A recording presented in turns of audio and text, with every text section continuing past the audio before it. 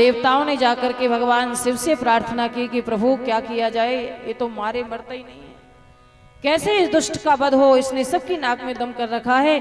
तो भगवान शिव ने आपस में विचार विमर्श किया, नारद जी को बुलाया और नारद जी ने जाकर के आज जलंधर के सामने भगवान शिव के ऐश्वर्य के, भगवान शिव के साम्राज्य के ये निरंतर जो भस्म धारण करने वाले हैं, ऐसे भगवान शिव अपनी गिरजा के साथ कैलाश पर विराजते।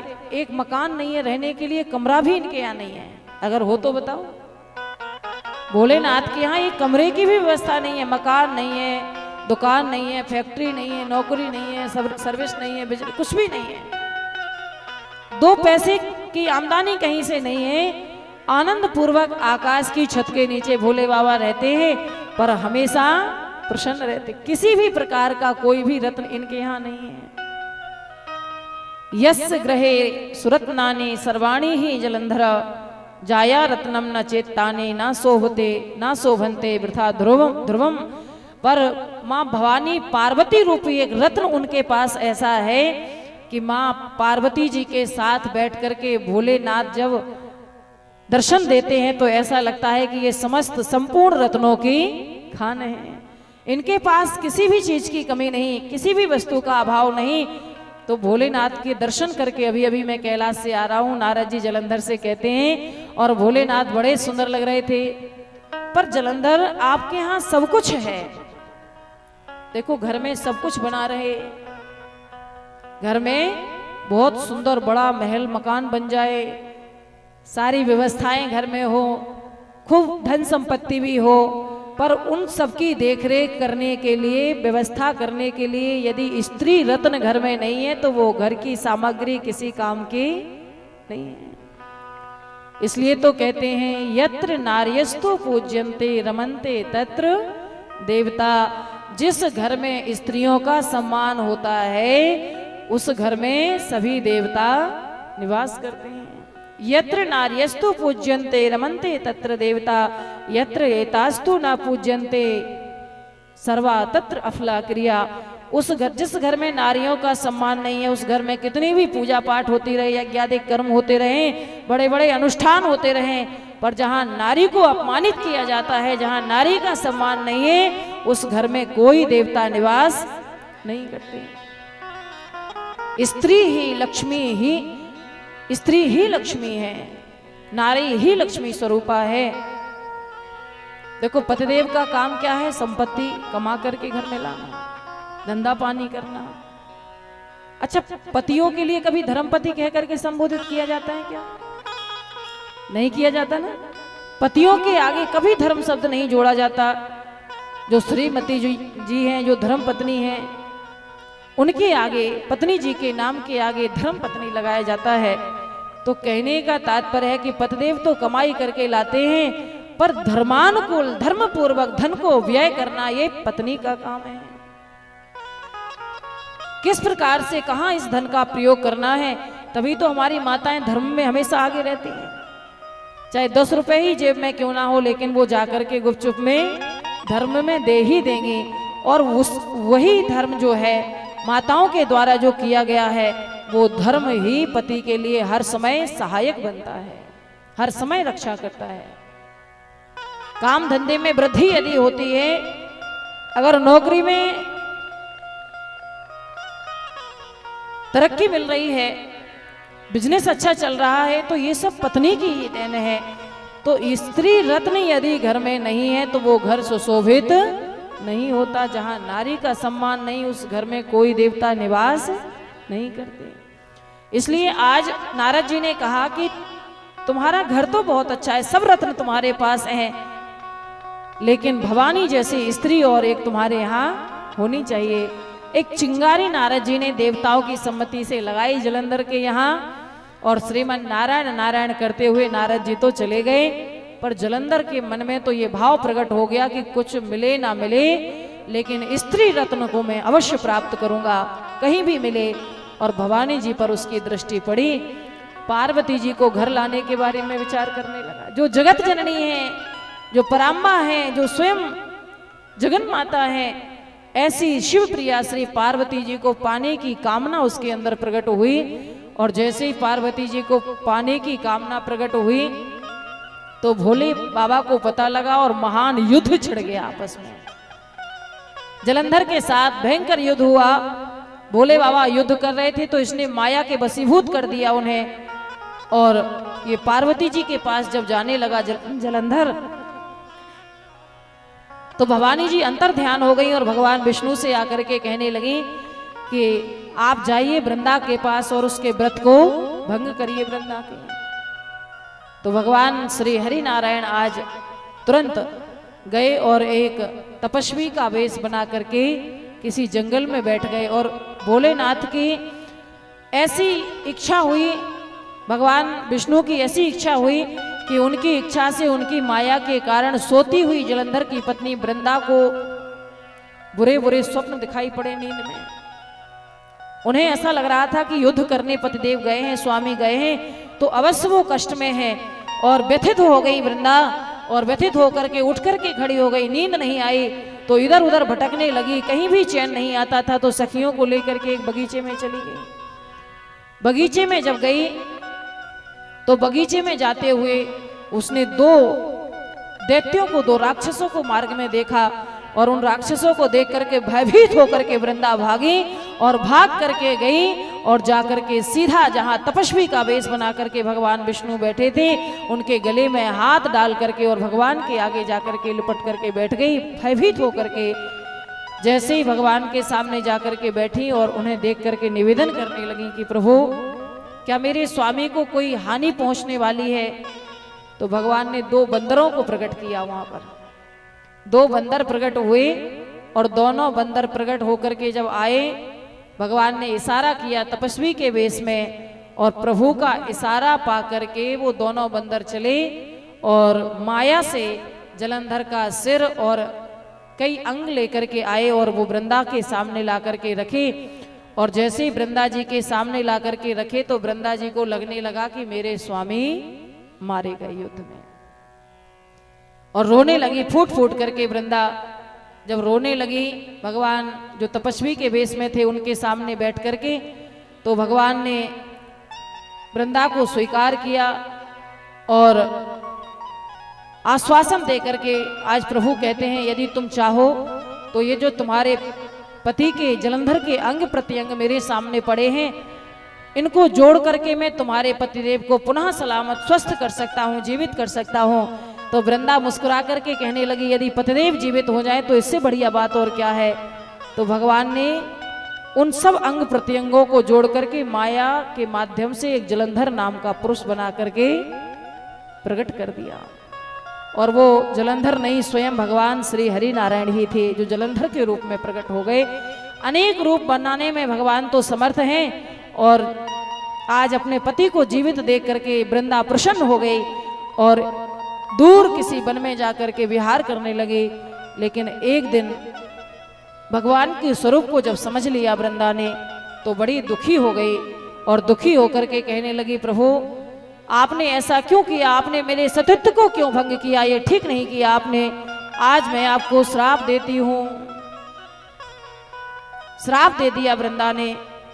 कहने लगी जो दो दैत्य बना करके आपने मुझे भयभीत करने के लिए मेरे सामने प्रकट किए थे उन दोनों को मैं श्राप देती हूं कि वो रावण और मारीच के रूप में प्रकट होकर के आए।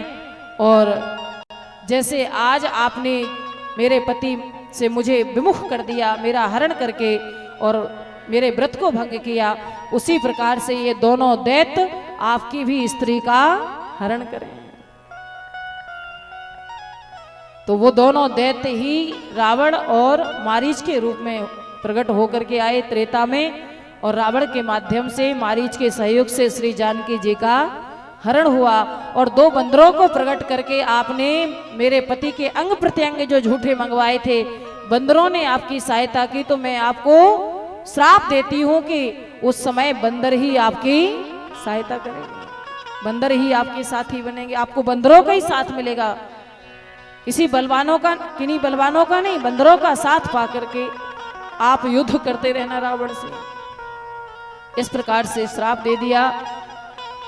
और आज भगवान विष्णु जो थे वो परम तपस्विनी परम पतिव्रताओं में श्रेष्ठ वृंदा के व्रत को भंग करके प्रसन्न नहीं थे। भगवान विष्णु ने वृंदा को देखा कि वृंदा ने अपने आप को सतीत्व की अग्नि में जला करके खत्म कर दिया, तो ऐसी श्रेष्ठ पतिव्रता इसके व्रत को मैंने भंग किया देवताओं की रक्षा के लिए। मैंने उचित तो नहीं किया लेकिन देवताओं का कार्य तो मुझे सिद्ध करना ही था। ऐसे आसक्त हो गए वृंदा पर भगवान कि जब वृंदा अपने आप को जला करके खत्म करती हैं और शरीर के जलने के माध्यम से जो राख उत्पन्न हुई उस भस्म को नित्य अपने शरीर पर धारण करने लगे। ऐसा अगाध प्रेम वृंदा के प्रति जागृत हो गया। तो सब देवता घबराने लगे कि भगवान तो ऐसे पागल हो गए कि नित्य उसकी भस्म को चिता भस्म को अपने शरीर पर लपेटते हैं। बैकुंठ इत्यादि सभी लोगों का उन्हें भान ही नहीं है। लक्ष्मी जी के पास वापस जाकर के बैठने का लौटने का नाम ही नहीं लेते हैं। क्या किया जाए? तो देवताओं ने उपाय किया और देवी पार्वती जी से निवेदन किया। तो माँ देवी भगवती पार्वती जी जिनमें वृंदा जी समाहित हो गई थी वो तुलसी के रूप में प्रकट हुई इस धराधाम पर। बोलिए तुलसी महारानी की जय। तुलसी के रूप में, तुलसी में बहुत से औषधीय गुण हैं। तुलसी तो सभी के घर में है। जो हिंदू है और जो भगवान का भक्त है, जो आस्तिक जन है, वो सभी अपने घर में तुलसी लगा करके रखते हैं। तुलसी का पौधा जो है वह बड़ा ही परम पवित्र है और भगवान को बहुत प्रिय है। श्री गणेश जी महाराज को छोड़ करके और तुलसी सब देवताओं को चढ़ती है। गणेश जी को क्यों नहीं चढ़ती भैया? गणेश जी बहुत सुंदर थे। इतनी सुंदर रचना गणेश जी की माँ पार्वती जी ने की थी कि तुलसी जी उन्हें देख करके उन पर मोहित हो गई। विवाह का प्रस्ताव रखा तो गणेश जी ने मना कर दिया कि अभी हम विवाह नहीं करेंगे। बहुत मनाया तुलसी जी ने लेकिन विवाह गणेश जी ने नहीं किया। जब गणेश जी ने विवाह के लिए मना कर दिया तो उन्होंने श्राप दिया कि तुम गजमुख हो जाओ, तुम्हें अपनी सुंदरता का बड़ा अभिमान है, मैं तुम्हें श्राप देती हूँ, तुम गजमुख हो जाओ, गजानन हो जाओ। तो वृंदा जी के श्राप के, तुलसी के श्राप के कारण ही गणेश जी को गजमुख लगाया गया। तो गणेश जी ने भी श्राप दे दिया कि तुम आज के बाद मेरे ऊपर कभी नहीं चढ़ोगे, मैं तुम्हें कभी स्वीकार नहीं करूंगा। तो सब देवताओं को तुलसी चढ़ाते हैं। भगवान विष्णु, श्री हरि नारायण को, भगवान श्री कृष्ण को, श्री राम जी को जब भोग लगाए, भगवान नरसिंह, कोई भी देवता सबको भोग लगाए तो तुलसी पत्र उसमें जरूर रखना चाहिए। और जो सालिग्राम भगवान से तुलसी को विमुख करता है, कहते हैं उसका भी अगले जन्म में जाकर के अपनी स्त्री से वियोग होता है। इसलिए कभी भगवान से तुलसी का वियोग नहीं कराना चाहिए। चढ़ी हुई तुलसी को कभी उठा करके अलग नहीं रखना चाहिए। तुलसा चढ़ा दी आपने, तुलसी पत्र रख दिया तो रखा रहने दीजिए। दूसरे दिन जब आप पूजा करते हैं तो उसको उठा करके हम पा सकते हैं, ग्रहण कर सकते हैं और फिर दूसरे तुलसी पत्र ताजे ला करके भगवान को समर्पित कर सकते हैं। तो इस प्रकार से सुंदर तुलसी का रूप लेकर के वृंदा प्रकट हुई और वो तुलसी का भोग प्रसाद के साथ में तुलसी पत्र रख करके भगवान को चढ़ाने जब प्रारंभ किए तब भगवान श्री हरि नारायण प्रसन्न हुए और चिता भस्म अपने शरीर पर लेपन करना उन्होंने बंद की और जाकर के फिर बैकुंठ में विराजमान हुए।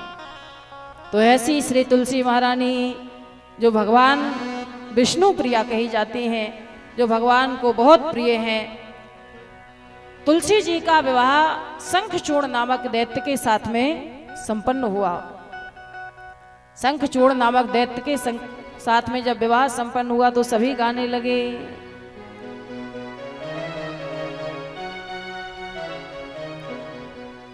देखो भाई, जो तुलसा का विवाह अपने घर में करवाते हैं, शंखचूड़ के साथ में नहीं, भगवान श्री हरि नारायण के साथ में जो तुलसी का विवाह करवाते हैं, तुलसी माता उन्हें ऐसा आशीर्वाद देती है कि वो विवाहित हैं तो उनका दाम्पत्य जीवन सुखमय बनता है और जिनका विवाह नहीं हुआ उनको सुंदर पत्नी या स्त्री को सुंदर पति की प्राप्ति होती है। बहुत जल्द विवाह संपन्न होता है। तुलसा की आई है बारात आज मेरे आंगन में, तुलसा की आई है बारात आज मेरे आंगन में, तुलसा की आई है बारात आज मेरे आंगन में, तुलसा की आई है बारात आज मेरे आंगन में, और दूल्हा बने सालेग्राम आज मेरे आंगन में, और दूल्हा बने सालिग्राम आज मेरे आंगन में, और दूल्हा बने सालेग्राम आज मेरे आंगन में, दूल्हा बने सालिग्राम आज मेरे आंगन में।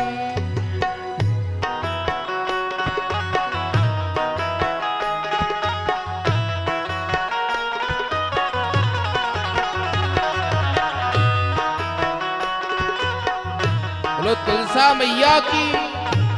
सभी एक बार ऊपर हाथ करके ताली सेवा करते हुए बोलो तुलसा महारानी की।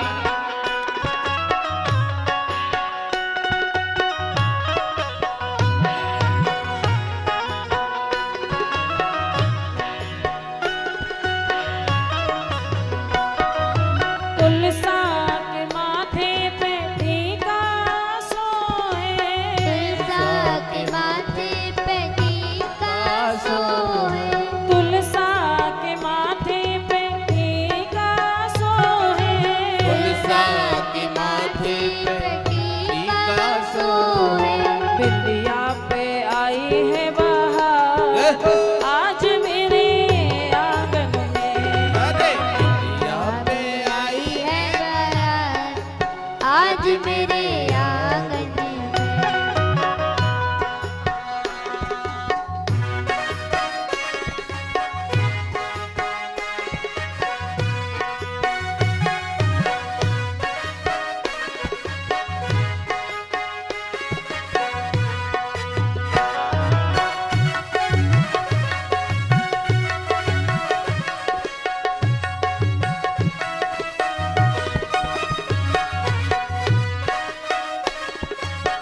बोलिए सालिग्राम भगवान की।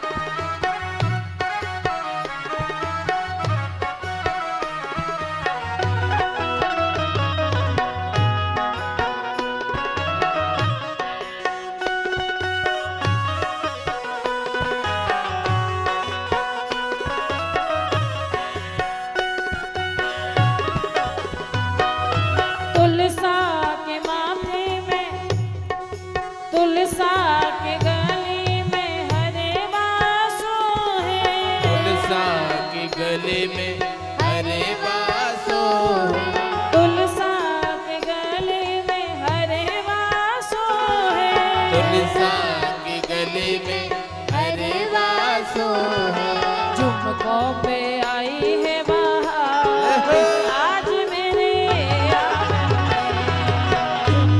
में आई है बहार आज मेरे आंगन में, आज तुलसा की आई है बारात आज मेरे आंगन में, तुलसा की आई है बारात आज मेरे आंगन में।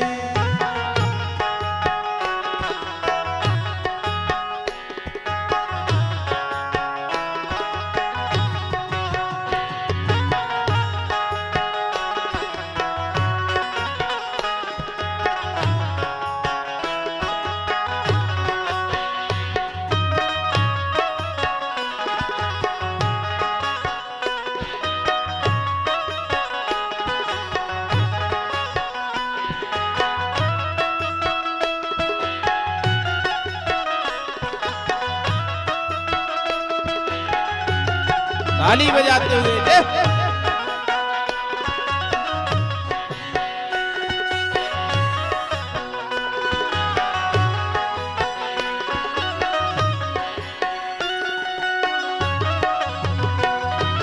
तुलसा के कानों में कंगना सोहे, तुलसा के कानों में कंगना सोहे, तुलसा के हाथों में कंगना सोहे, तुलसा के हाथों में कंगना सोहे।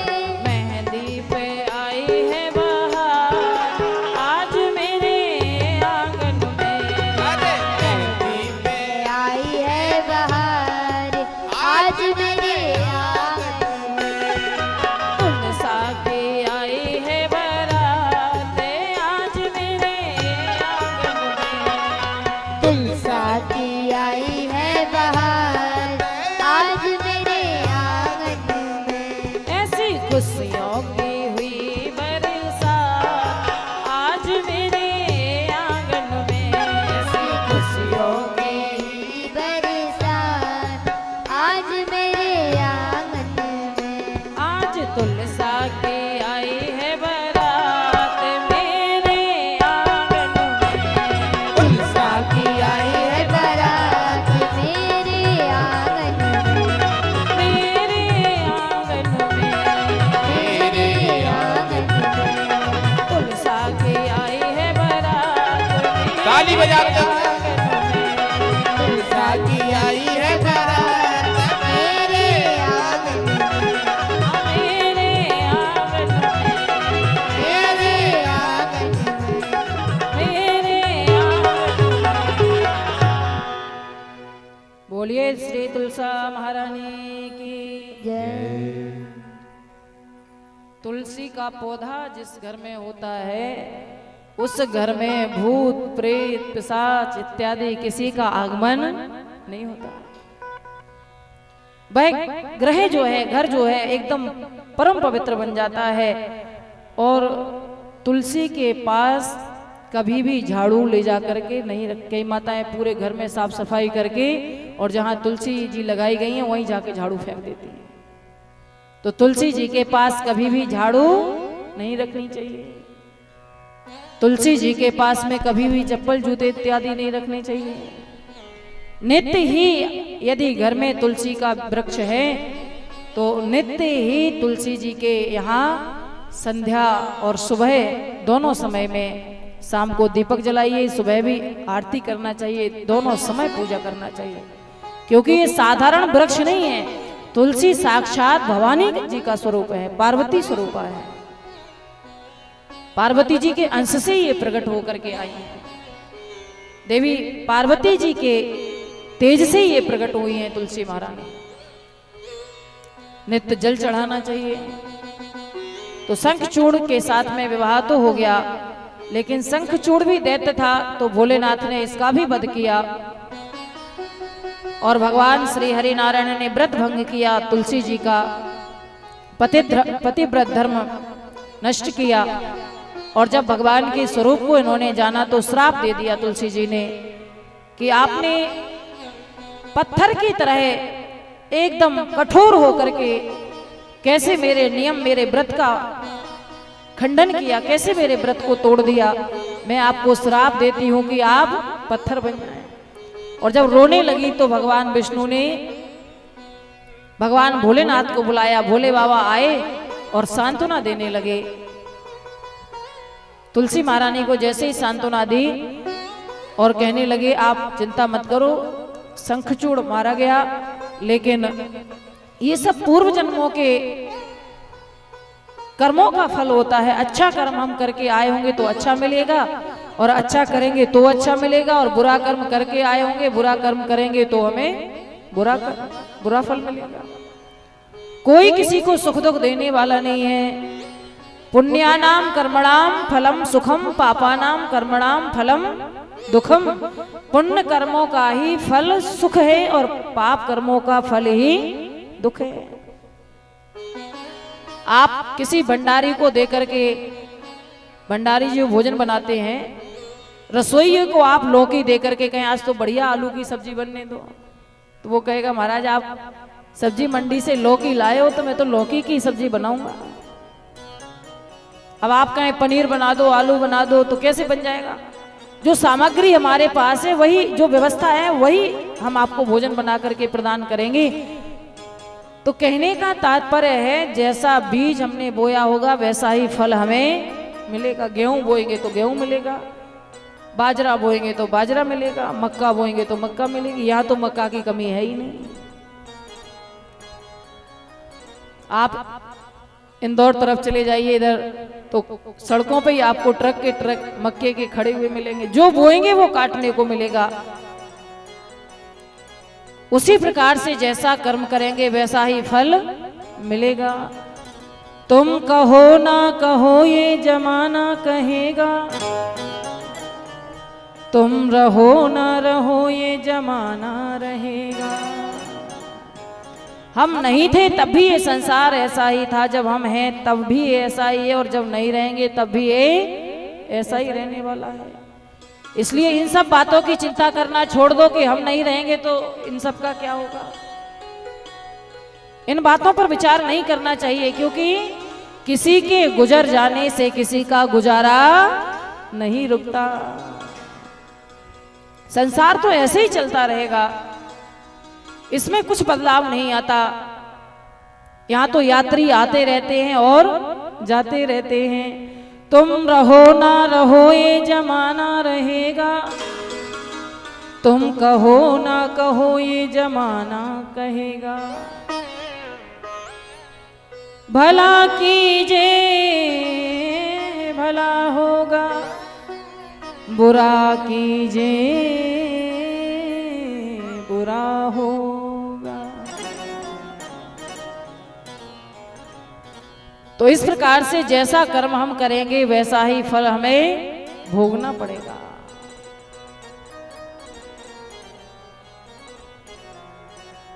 तो आज शंखचूर्ण जो जिसका वध हुआ, समझाने लगे भगवान भोलेनाथ की चिंता मत करो, ये कर्मों का भोग है, ये भोगना पड़ता है तुलसी। लेकिन हे तुलसा, मैं तुम्हें आशीर्वाद देता हूं कि अगर भगवान विष्णु का आपने तप किया था उन्हें प्राप्त करने के लिए, तो वो आज आपके समक्ष खड़े हैं, सन्मुख हैं, और मैं तुम्हें वरदान देता हूं कि लक्ष्मी के समान तुम हमेशा भगवान विष्णु के साथ रमण करते हुए उन्हें प्रिय लगोगी। और आपका ये जो शरीर है, आपका धर्म भ्रष्ट हुआ, इसलिए ये शरीर आपका गंडकी नदी के रूप में परिणत हो जाएगा। और भगवान को तुमने श्राप दिया कि पत्थर हो जाएं, तो भगवान भी गंडकी नदी के किनारे पत्थर बनने पड़े रहेंगे, और तुम्हारे जल के स्पर्श से ये भगवान सालिग्राम के रूप में पूजे जाएंगे। और भगवान सालिग्राम की प्रतिमा जो होती है, जिसको हम घर में रखते हैं, गंडकी नदी के किनारे जाकर के जो हम सालिग्राम भगवान को लेकर के आते हैं, उनमें कीड़े चक्र का आकार बना देते हैं अपने नुकीले नुकीले पहने दांतों के माध्यम से। तो जिन सालिग्राम भगवान के ऊपर चक्राकार का जो निशान बना हुआ होता है, चिन्ह जो बना हुआ होता है, वो निशान यदि बना है तो वो सालिग्राम भगवान की पूजा विशेष मानी जाती है। और घर में तुलसी का वृक्ष चाहे गमला में लगाओ चाहे जमीन में लगाओ, एक सालिग्राम भगवान की प्रतिमा ला करके तुलसी जी के वृक्ष के पास में जरूर रखना चाहिए, नित्य रखना चाहिए। तो संयोग एक दूसरे में रहता है, तो वो खूब हमें आशीर्वाद प्रदान करते हैं।